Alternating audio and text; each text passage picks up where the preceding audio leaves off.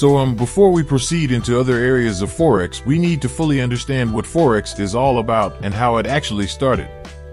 So we will be looking at bartering system, coinage, commodity system, paper money, gold standard, floating exchange, Bretton Woods system.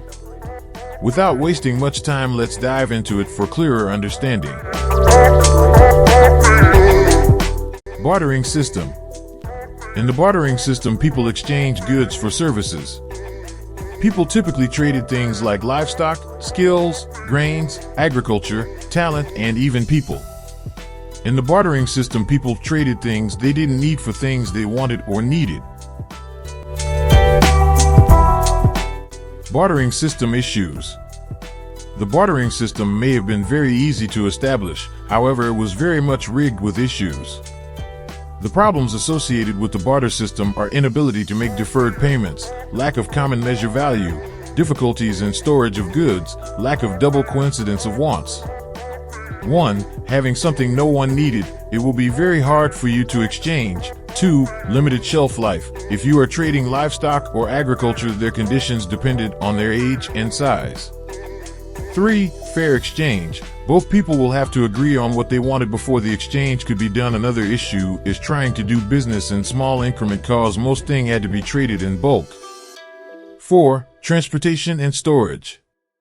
Dozens of people had to travel with their goods just to keep it safe, and most times animals dies and their vegetables spoils before arriving at the place of exchange.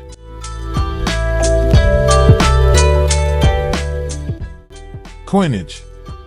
The first malted coin was created in Lydia in 700 BC, which is now modern-day Turkey. These coins were made from electrum, which was a mixture of silver and gold that occurs naturally. These coins had a lot of advantages. Now people could trade what they wanted for things they needed and exchange coin rather than goods and services that had been agreed upon. Coins were easier to transport rather than carrying all your goods and services under the bartering system. Uniform coins also made merchant did not have to use scales to measure metal, which is a time-consuming process.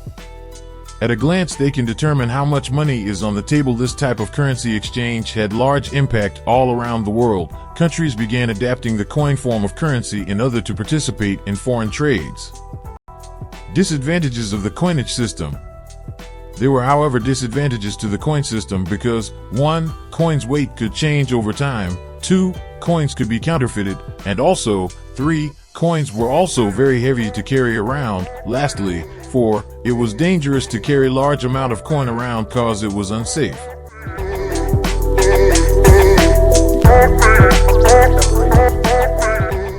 Commodity system. The bartering system was later abandoned for a more intimate commodity system, like in ancient China, Africa, and India used cowrie shells, while trade in Japan was based on koku, a unit of rice. The shekel was a specific weight of barley. Contrary to popular belief, precious metals has rarely been used outside of large societies in the form of trades due to them being very scarce and hard to mine. Gold in particular has only been used as currency for few relative brief period in history.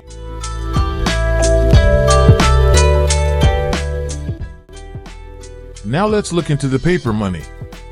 The Chinese invented paper money in the form of notes, or IOUs, around 700 AD. It became too conversant to carry around coins of different increment and weight. Eventually, the people of China allowed private institutions to store their gold and silver coin in exchange for the paper note or certificate that correlated directly to what they personally had stored.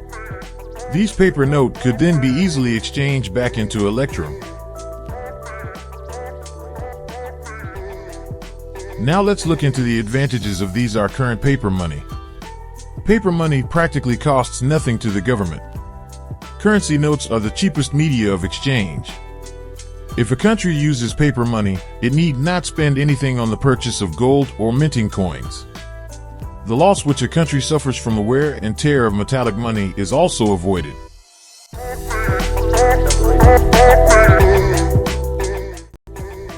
Gold standard.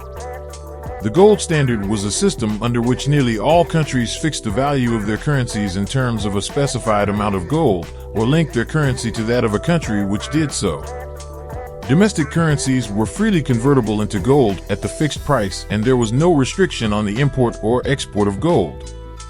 Gold coins circulated as domestic currency alongside coins of other metals and notes, with the composition varying by country. As each currency was fixed in terms of gold, exchange rates between participating currencies were also fixed.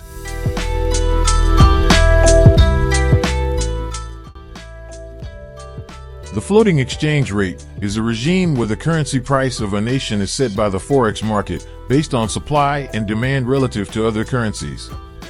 This is in contrast to a fixed exchange rate, in which the government entirely or predominantly determines the rate.